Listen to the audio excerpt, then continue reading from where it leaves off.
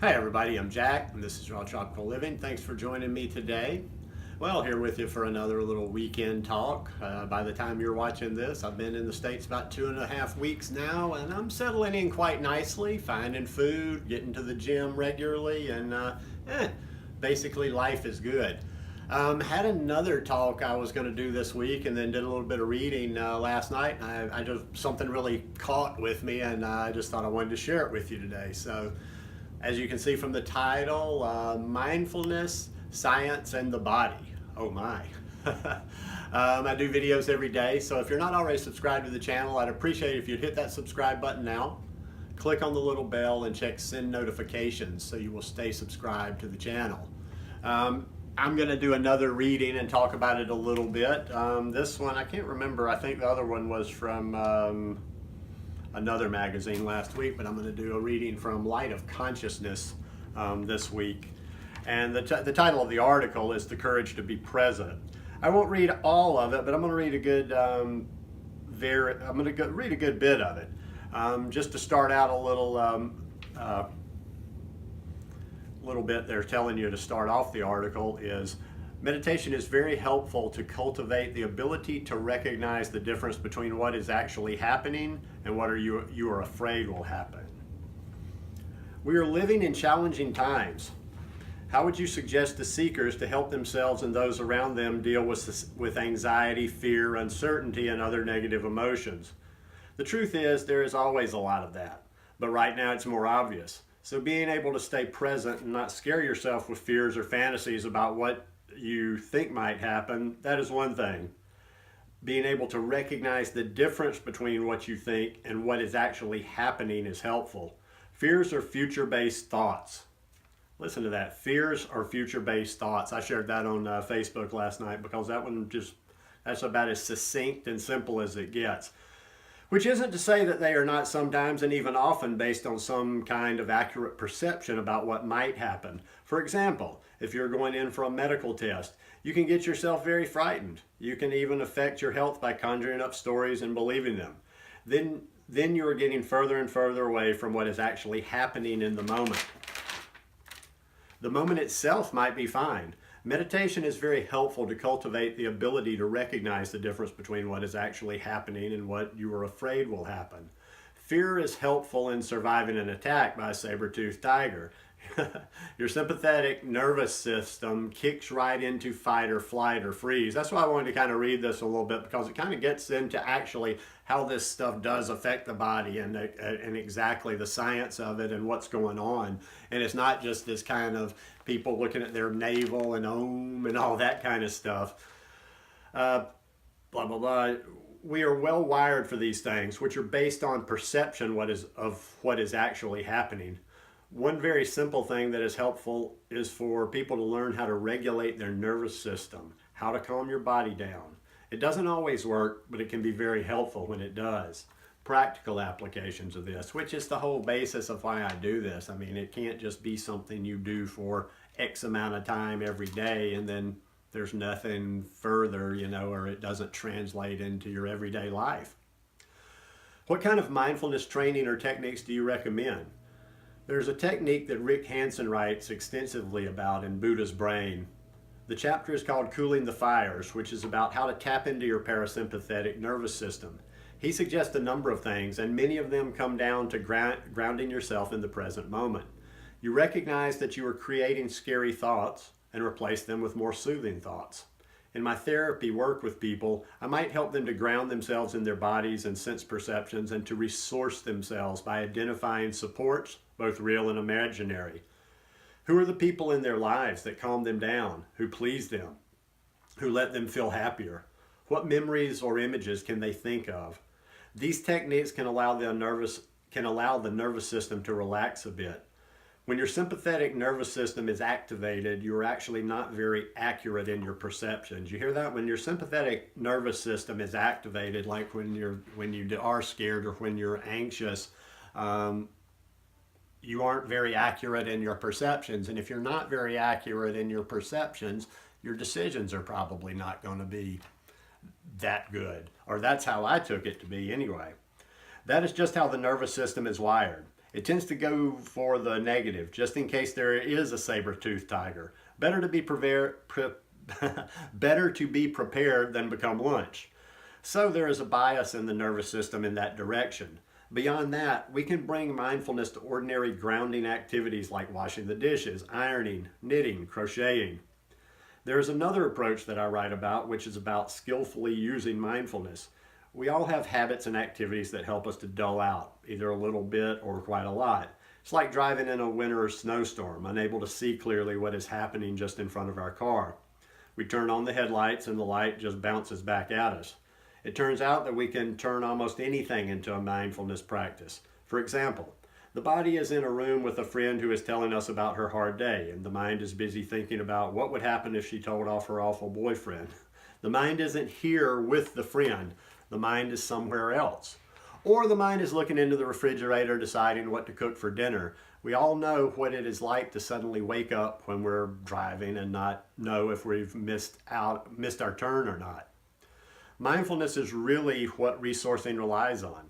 Using fantasy to create a safe place in your mind, to let yourself calm down, then to return to the situation and see if you can understand things more clearly instead of being freaked out. Understanding mindfulness practices is something I learned from Edward M. Modval, MD, the founding director of the Contemplative Psychotherapy program, who has since died. That basic idea came from him, that there could be skillful use of mindfulness. I don't remember his spelling it out, yet he talked about that as an idea, and I thought that was really great. We are already so good at it. Another way to become grounded and relaxed is by connecting with people, with other people. That is the meaning of Sangha, community. In contemplative psychotherapy, we talk about the idea of exchange, our direct experience of others. We pick up on what others are feeling. If you can just be with people and calm yourself, that helps other people calm down as well. Have you ever done that before? Have you ever been in a group of people? Maybe you were the calming person, or maybe there was somebody else that calmed you. But have you ever experienced that, though, that a group of people, that one person can tend to transmit those vibes of calm and kind of calm the group down to a certain extent? Not 100%, doesn't work with everybody. We pick up on what others are feeling. Blah, blah, blah. Let me see where I missed off. Of course, you're exchanging with them and you're picking up on their anxiety, so it goes both ways. So that's why you got to kind of be careful about being around anxious people a lot of times too. Whatever you do, if you can bring some kindness to yourself and to the situation, that goes a long way. Another important way to ground yourself is through breathing. For example, you can count your breath. You can do basic meditation, but even before that, you can just take a deep breath and feel your body. It's just about coming back to the breath, coming back to the present moment. Using that breath as an anchor, using the present moment as an anchor can pull you out of so many negative feelings, so many negative situations if you just learn how to use that tool a little bit. Blah, blah, blah, blah. Breathe out. But even before that, you can just take a breath and feel your body. Breathe out, especially breathe out. Breathing out is about letting go. Resourcing includes visualization. You imagine a place that feels good to you, that feels pleasant. As you do this, filling in a lot of details actually begins to change your brain's pathways. It makes it easier to get back to that sense of calm and relief. That is what I meant about accessing the parasympathetic nervous system. Maybe you can think of someone who is calming, a grandparent, teacher, good friend, and just be with them. It might not be visual. A lot of people don't visualize very well. So I use the word imagine instead of visualizing. Imagine that you are with a calming person or in a calming place. One person I know imagines sitting by water. So imagine, where can I go that feels calming? If you can imagine something, the brain and body respond as though you were actually doing it. Powerful stuff, our brain, our body, our parasympathetic nervous system, pretty much every bit of this thing here. The brain doesn't care if you were there or simply imagining it. Blah, blah, blah, let's see. And what about dealing with the onslaught of negativities around us?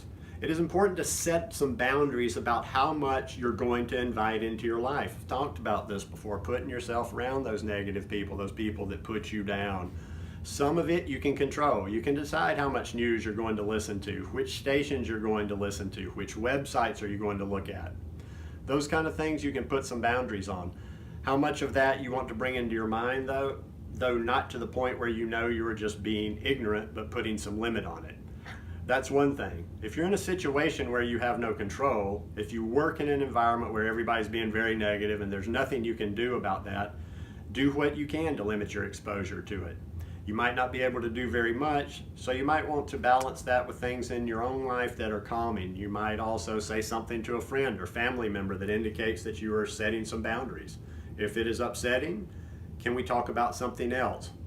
Not everybody's going to respond well to that. Some of it you're just going to have to put up with or tolerate. How can we practice compassionate presence? Compassion practices like Tonglen can help remind you that someone you are having a hard time with is probably in pain. They may be frightened or in physical pain. This is good stuff, but it's kind of getting off the what I was talking about using techniques to come back.